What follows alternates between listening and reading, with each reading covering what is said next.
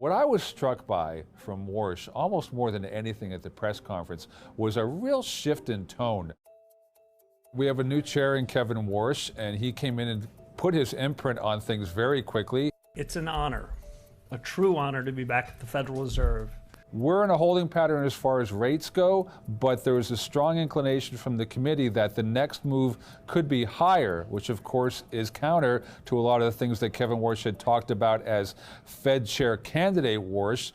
His focus was much more squarely on the inflation side of the Fed mandate. They, of course, raised considerably their outlook for inflation this year. The last meeting in March, they'd been looking for inflation around the 2.7% mark, expecting somewhat slower growth than had been projected before. He did use the Iran war as basically the fall guy for the inflation issues that we've been having. Economic activity is expanding at a solid pace, despite elevated uncertainty that owes in part to the conflict in the Middle East. He didn't really provide any guidance in terms of when he expected that to abate. What I was struck by from Warsh, almost more than anything at the press conference, was a real shift in tone.